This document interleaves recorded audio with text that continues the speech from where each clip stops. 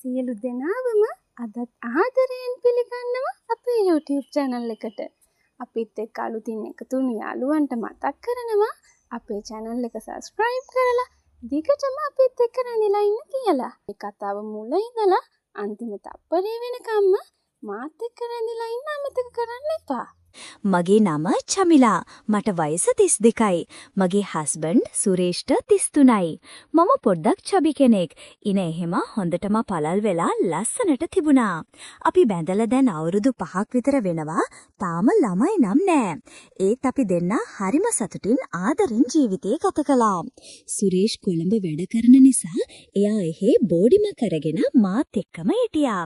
මොකද එහෙ ඉඳන් වැඩට යන්න ලේසි. අපි දෙන්නම ගොඩක් එකට ඉන්න කැමති අය. ඒක නිසා අපි හැමදාම එකට ඉන්න පුරුවන් විදිහට කටයුතු කළා. ඒකයි හස්බන්ඩ් මාව එයා ඉන්න පැත්තට එක්කගෙන ගියේ. අපි ඔහොම එහෙ කාලය ගත කර හිටියා. ඔය අතරේ හස්බන්ඩ්ුයි මායි හැමදාම රැට නව අදහස් ගැන කතා කළා. අලුත් විදිහට විනෝද වෙන්න පුළුවන් ක්‍රම ගැන අපි දෙන්න හිතුවා. දවසක් හස්බන්ඩ් මගේ අතින් කිව්වා, "චමිලා, මෙන්න මේ වගේ අත්දැකීමක් අපිත් විදලා බලමුද? මේකදි වෙන්නේ අපි දෙන්නයි තවත් අපි වගේම ඕපන් මයින්ඩ් කපල් එකකුයි 4 දෙනාම එකම තැනක එකට කාලය ගත කරන එක. ඒක හරිම විනෝදජනක වෙයි කියලා මට හිතෙනවා." මට ඒක ඇහුවම පුදුම හිතුණා. ඒත් එක්කම මගේ හිතට පුදුම කුතුහලයක් ආවා. මේ වගේ දෙයක් අපි කවදාවත් අත්දැකලා නැති නිසා මම හිතින් නොයෙක් දේවල් මවා ගන්න ගත්තා.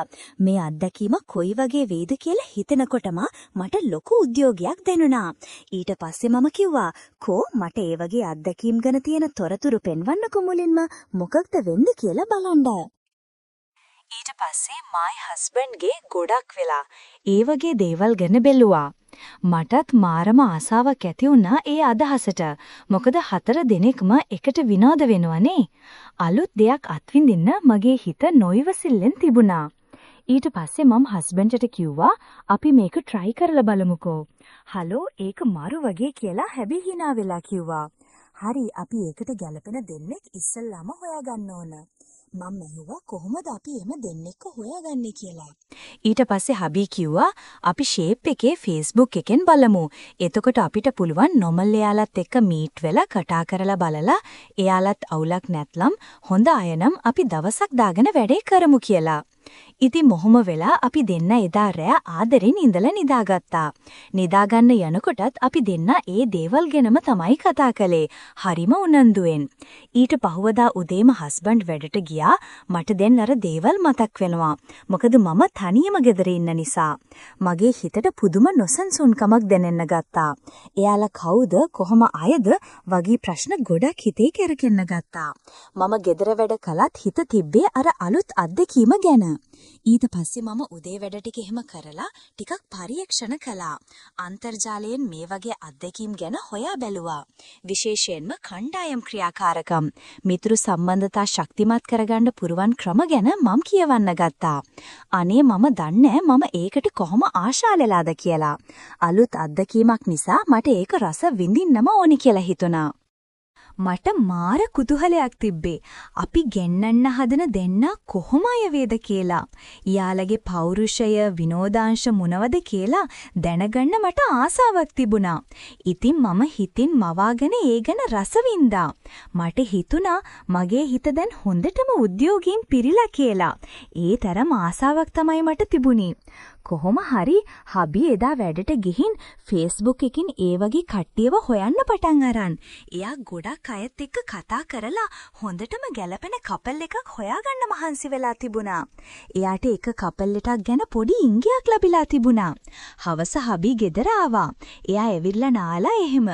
කනකොට මම ඇහුවා, "අර වැඩේ මොකද උනේ? කවුරු හරි සෙට් වුණාද කියලා?" "අම්මෝ, මේකෙත් ආශාව. පොඩ්ඩක් ඉවසන්න මේක හොයාගන්නකම්" කියලා මට විහිළුවෙන් වගේ කිව්වා. "හරි අනේ මම මොකද උනේ කියලානේ ඉතින් ඇහුවේ" කියලා මම පෙරත්ත කළා. මටත් කිහිප දෙනෙක් මැසේජ් කළා. "මං පොඩ්ඩක් කතා බහ කරලා බලන්නම් තව" කියලා කිව්වා. මගේ හිතේ තිබ්බ උන් වේගය වැඩි වුණා. කවුද ඒ අය? අපිට ගැළපේද වගේ දේවල් හිතේ දුවන්න ගත්තා. ඊට පස්සේ අපි කාලා එහෙම ඇඳට ගියා. ඔන්න එතකොට හබීට මෙසේජ් කරපු අය ගැන මට පෙන්වන්න පටන් ගත්තා. ඉතින් අපි මේ විදිහට මැසේජ් කරන්නේ වෙනම ෆේක් account එකකින්. මොකද රියල් account එකෙන් මැසේජ් කළොත් ප්‍රශ්නයක් වෙන්න පුරවන්නේ. ඊට පස්සේ හබි එයාට මැසේජ් කරලා එවපු විස්තර මට පෙන්නුවා. ඔවුන්ගේ පෙනුම, විනෝදාංශ සහ ඔවුන්ගේ අදහස් වගේ දේවල් තමයි එවලා තිබුණේ. ඔවුන්ගේ ප්‍රොෆයිල් පින්තූර වලින් පවා ඔවුන්ගේ මිත්‍රශීලී බව හොඳින් පෙනුණා. එතකොට අපිට ස්වභාවය සහ රුචිකත්වය වගේ දේවල් ගැන හිතාගන්න පුළුවන්නේ. මට හිතාගන්න බැරි වුණා මේ වගේ අයත් ඉන්නවද කියලා. ඉතින් හැබීමට ඒවා පෙන්නනකොට මට සතුටක් දෙනුණා වගේ. ඒ තරම් පුදුමයින් ආශාවෙන් තමයි මම ඒවා බලන්නේ. මම ඇහුවා ඔයා අපේ ඒවත් මේ විදිහට යවවද හෙට කියලා. හැබී කිව්වා ඔව් කියලා. කෝ බලන්න යවපු ඒවා කියලා. මට පෙන්නන්න කිව්වා. අයියෝ ඔයා මේ අපේ සාමාන්‍ය විස්තර නෙවෙයිනේ අවලා තියන්නේ. දැන් හොඳ ලස්සනට ටිකක් විශේෂ විස්තර ටිකක් හදලා යවමුද? නැත්තම් අපි දෙන්න චොරයි කියලා හිතයි එයාලා. අම්මෝ ඔයාගේ ආශාව. හා ඉන්නකෝ. ඔහම ඊට පස්සේ අපිත් ලස්සනට විස්තර ටිකක් හදාගත්තා. අපේ ජීවිතේ විනෝදජනක අංශ, අපේ රුචි අරුචිකම්, අපේ විවෘත අදහස් වගේ දේවල් මේ විස්තරවලට එකතු කළා. අපි පොඩි කවිපද පවා එකතු කළා. ඊට පස්සේ අපිත් එක්ක කතා කරපු අයට අපි ඒව දැම්මා.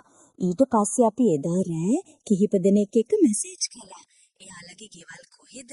තව විස්තර. එයාලට ඉන්න පුරුවන්ද? කොහොමද වගේ දේවල් ගැන අපි හොඳට කතා කළා.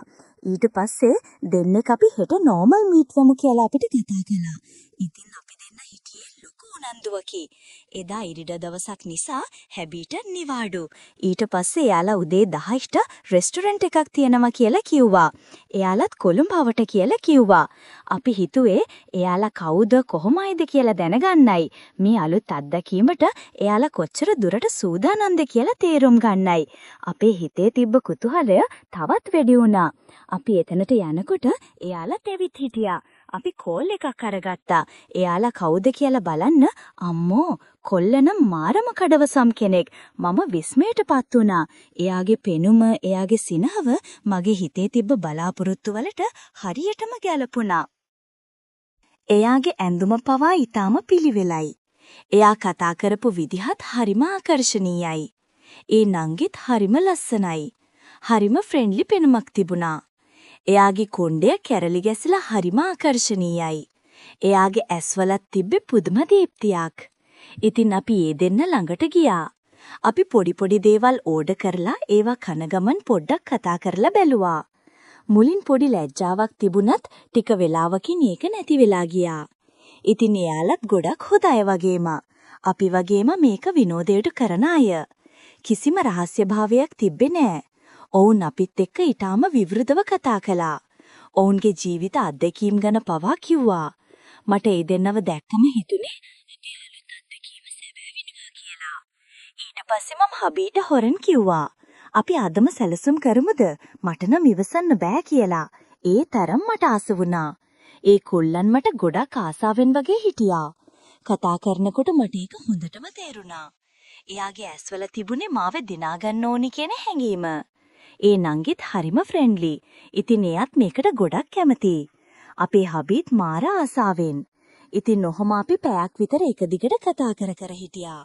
අපි 4 දෙනාටම හරිම හොඳ වයිබ් එකක් දැනුණා. අපි එකිනෙකාගේ විනෝදාංශ, ගමන් බිමන් සහ අනාගත බලාපොරොත්තු ගැන කතා කළා. අපි පොඩි විහිළු කරලා එකට hina වෙලා හරිම සතුටින් හිටියා. ඊට පස්සේ මම හබීට කිව්ව නිසා හබී යෝජනාවක් ගෙනාවා. අපේ ගෙදර කවුරුත් නෑ. අපි දෙන්න විතරයි ඉන්නේ. ඔයාලට අපිව සෙට් නම් අද හවසට අපේ ගෙදරම මීට් වෙමු කියලා. ඊට පස්සේ මල්ලි කිව්වා අපිට කිසි අවුලක් නෑ. අපිටත් ඔයාලව සෙට්. එහෙනම් අපි හවසට මේ පැත්තට එන්නම් කියලා. ඊට පස්සේ අපිත් හා කියලා. එයාලව හග් කරලා වාහනේට නැගලා එන්න පිටත් වුණා. මගේ හිතේ තිබුණේ හරිම සතුටක්. ඉතින් අපි ගෙදර ඇවිල්ලා ඒ මල්ලිට කෝල් එකක් දීලා ඇහුවා ඔයාලා ඩ්‍රින්ක්ස් ගන්නවද කියලා. මොකද එහෙම ගන්නව නම් අපිට පුළුවන්නේ හොඳ ෆන් එකක් ගන්න ඒව රෙඩි කරලා මූඩ් එක හදාගන්න ඩ්‍රින්ක්ස් උදව් වෙනවා කියලා අපි දන්නවා. ඊට පස්සේ ඒ මල්ලි කිව්වා ඕවා අපි දෙන්නම ඩ්‍රින්ක්ස් ගන්නව පොඩියට කියලා. ඊට පස්සේ අපි ගෙවල් ළඟ තියෙන සුපර් මාකට් එකට ගියා. හබී ගිහින් ඒකෙන් හොඳ වයින් බෝතලයක් අරගෙන අරගෙන ආවා. තව හොඳ රෝස් කරපු කුකුලෙකුයි ජම්බෝ පීනට්ටුයි සිගරට් 10කුයි අරගෙන ආවා. අපි ඒ වෙලාවේ ඉඳන්ම සැමරීමට සූදානම් වුණා. මං ගෙදර ආපු ගමන් ගෙදර හොඳටම ආස්පස් කළා. මල් මාලා එල්ලලා සුවඳ දුම් දැල්වලා කාමරේ ලස්සන කළා. හැමදේම ඊටාම පිළිවෙලට සූදානම් කළා. මං අපේ ප්‍රියතම සංගීත ලයිස්තුවත් සකස් කළා. ඊට පස්සේ ඒ කොල්ලගෙන් කෝල් එකක් ආවා. අපි එද්දි ඔයාලට කන්න අරගෙන එනවා. ඔයාලා මුකුත් හදන්න එපා කියලා. අපි ඔක්කොටම කන්න තමයි අරගෙන එන්නේ කියලා. ඊට පස්සේ අපි එහෙම ඕනි නෑ. අපි උයන්නම් කියලා කිව්වා. නෑ අපි ගේනවා. ඔයාලා උයන්න එපා අපරාධේ කියලා. ඒ මල්ලි හබීට කිව්වා. එයාගේ සැලකිල්ලට මට සතුට හිතුණා. ඊට පස්සේ අපි අපේ රූම් එකේ ටේබල් එකක් අරේන්ජ් කරලා පුටු ෆටරකුත් තියලා ඩ්‍රින්ක්ස් ගන්න රෙඩි කළා. වයින් බෝතලේ මේසේ උඩ ලස්සනට තියලා සිගරට් පැකට් එකත් ළඟින් තිබ්බා. මල් මාලා වලින් පාට ලයිට් වලින් කාමරය තව තවත් අලංකාර කළා. බිම මෘදු රග් එකක් ඉල්ලලා තිබ්බා. ඉතින් අපි දෙන්න හොඳට නාගෙන ලස්සනට ඇඳගෙන එළම ඒ දෙන්න එනකන් බලන් හිටියා. හිතේ තිබ්බේ ඉවසීමක් නැති උද්‍යෝගයක්. කොයි වෙලාවද යාලා එන්නේ කියලා මම කිහිප වතාවක්ම ඔරලෝසුව බැලුවා. මගේ හිත ගැහෙන වේගයක් වැඩි වෙලා වගේ දැනුණා. ඔන්න හවස 7 වගේ වෙද්දි දෙන්න ආවා. එන්න මල්ලි එන්න නංගි කියලා අපි දෙන්නම ඒ දෙන්නව ආදරයෙන් පිළිගත්තා. එයාලගේ මුහුණුවල තිබ්බේ පුදුම සතුටක්. එයාලා අපිට පොඩි ටැගි දෙකකුත් අරගෙන ඇවිත් තිබුණා. ඉතින් අපි සෝෆා එකට වෙලා ටිකක් කතා කරන්න පටන් ගත්තා. අපි එයාලගෙන් දවස කොහොමද කියලාත් ඇහුවා. ඒ අතරේ මම කුස්සියට ගිහින් කෝපි 4ක් හදාගෙන ආවා. ඔක්කොටම බොන්න. මගේ හිතේ තිබුණේ ආගන්තුක සත්කාරයේ උපරිමයෙන් කරන්න. ඊට පස්සේ මම ඔක්කොටම කෝපි ටික බොන්න කියලා ඇල්ලුවා. අපි රසවත් කතා බහක යෙදුනා. ඒ දෙන්නත් වාහනේ ආපු නිසා වොෂ් එකක් එහෙම දාලා රිලැක්ස් ඇඳුමකින් තමයි ඇවිත් හිටියේ. නංගි ස්කිනි ජීන්ස් එකකුයි කොට ෂෝට් එකකුයි ඇඳලා හරිම ආකර්ෂණීයයි. එයාගේ කොණ්ඩේ ලස්සනට පීරලා තිබුණා. මල්ලිත් ඒ වගේ ෂෝට් එකයි ටී-ෂර්ට් එකයි ඇඳලා. ඉතින් ඒ දෙන්න මාරම ලස්සනයි. හරිම ගැලපෙන කපල් එකක්. අපිත් ඒ විදිහටම තමයි ඇඳගෙන හිටියේ. සැහැල්ලුවට. ඉතින් අපි ඇහුවා ඔයාලට බොස් දාන්න ඕනේ නම් වොෂ්රූම් එක තියෙනවා. අපි ඔහොම ඩ්‍රින්ක් එකක් ගමුද කියලා. ඉතින් ඒ මල්ලිත් කිව්වා අපි ලොකු දුරක් නෙවෙයි ආවේ. ඒ නිසා අපි වාහනේ ආවේ වොෂ් එකක් දාගෙනමයි. අපි එහෙනම් ඩ්‍රින්ක් එකක් ගමු කියලා අපි කාමරේම ඔක්කොම රෙඩි කළා. එහෙනම් යමු කාමරයට කියලා හැබි කිව්වා. ඊට පස්සේ අපි ඔක්කොම ඩ්‍රින්ක් එකක් ගන්න කාමරයට ගියා. කාමරේ පුරාම තිබුණේ වයින් සුවඳයි සතුටුදායක වාතාවරණයකි. මෘදු සංගීතයකුත් වාදනය වුණා. කාමරයේ ආලෝකයක් ඊටම සංසුන් ස්වභාවයක් ගත්තා. ඊට පස්සේ හබී කිව්වා චමිලා එහෙනම් ඔයා අර මල්ලි ළඟින් ඉඳ ගන්න. නංගි එහෙනම් මම ළඟින් කියලා. මට පොඩ්ඩක් පුදුම හිතුණත් මගේ හිතේ තිබ්බ කුතුහලය ඊට වඩා වැඩි වුණා. දැන් අපි අනිකාට මුහුණලා තමයි ඉඳගත්තේ. 4 දෙනාම සමීපව වාඩි වෙලා හිටියා. මේ අවස්ථාව මගේ හිතේ සටහන් වුණා. ඊට පස්සේ අපි කයියක් දාන ගමන් බොන්න පටන් ගත්තා. වයින් එකේ රසත් සිගරට් දුමත් කතාවත් එක්ක හරිම ආතල් එකක් දැනුණා. නංගිත් හොඳටම අඩිය ගහනවා. හරිම නිදහස් විදිහට සිගරට් එහෙමත් බොනවා. මමත් සිගරට් බොනවා. මම ටිකක් හොඳටම විනෝද වෙන්න ඕනේ කියලා ටිකක් වැඩිපුර දාගෙන ගැහුවා. මොකද අද හොඳ ෆන් එකක් ගන්න ඕනේ. මට අපි භාගයක් විතර ගහද්දී මම කොල්ලගේ ළඟටම වෙලා වාඩි වුණා. මගේ හිතේ තිබ්බ හැම ලැජ්ජාවක්ම නැති වෙලා ගියා වගේ. ඒක බලන් හිටපු නංගෙත් අරයගේ ළඟටම වෙලා වාඩි වුණා. දැන් ඔහොම අපි සෙල්ලක්කාර විදිහට අඩිය ගහනවා. මාර ෆීලිං එකක් තමයි අපිට දැන් දැනෙන්නේ. සිගරට් එහෙමත් මාරු කර කර බොනවා. 4 දෙනා අතරේ හොඳ මිත්‍රත්වයක් ඇති වෙලා තිබුණා. අපි ගොඩක් දේවල් ගැන කතා කළා. අපේ අත්දැකීම්, සිනහව, හීන සහ අනාගත සැලසුම් පවා කිව්වා. අපි එකිනෙකාගේ මුහුණුවල තිබ්බ සතුට හොඳටම දැක්කා. ඊට පස්සේ අපි දෙන්න අපේ වෙනම කතාලෝකවල තනි වුණා. ඔන්න ඊට පස්සේ අපේ හබී hina වෙලා කතා බහ පටන් ගත්තා. ඒක තමයි සංඥාව වගේ උනේ. ඒ සමගම අනෙක් කොල්ල මගේ කනට කරලා මුනුව ඔයා හරිම ලස්සනයි කියලා. මගේ හිතට සතුටක් දැනුණා. ඔහුගේ කටහඬ හරිම මිහිරි. ඉතින් ඔන්න ඔහම වැඩේ පටන් ගත්තා. ඒ අත්දැකීම නම් මාරම ලස්සනයි. ඒ කොල්ලගේ කතාබහ ගොඩක් වැඩි කෙනෙක් කැමති තරම් වෙලාවක්. ඒ කොල්ලට ඒ කෙනා වෙනුවෙන් කතාබහ කරන්න පුරුවන් කොල්ලෙක්. එයා හරිම දක්ෂයි. විවිධ මාතෘකා ගැන කතා කරන්න ඔහු දක්ෂයි. හබී ගොඩක් සතුටු වුණා. නංගිත් ගොඩක් සතුටින් තමයි හිටියේ. 4 දිනාම එකිනෙකාගේ සතුට ගැන හිතලා වැඩ කළා. අපි විනෝද ක්‍රීඩා කළා. ගීත ගායනා කළා. විහිළු කතා කිව්වා. ඒ කතා බහත් එක්ක වෙලාව ගියා. දැනුනේම නැහැ.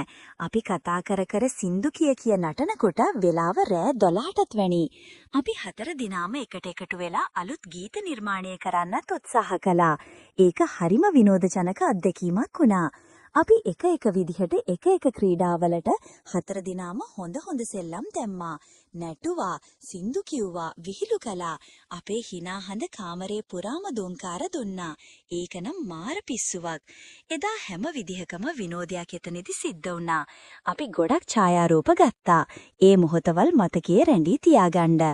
මගේ හීන හැම එකක්ම ඉදා සැබෑ වුණා. පස්සේ අපි රෑ 1ට විතර වොෂ් එකක් දාගෙන නිදා ගන්න ගියා. හිතට දැනුනේ විශාල තෘප්තියක්.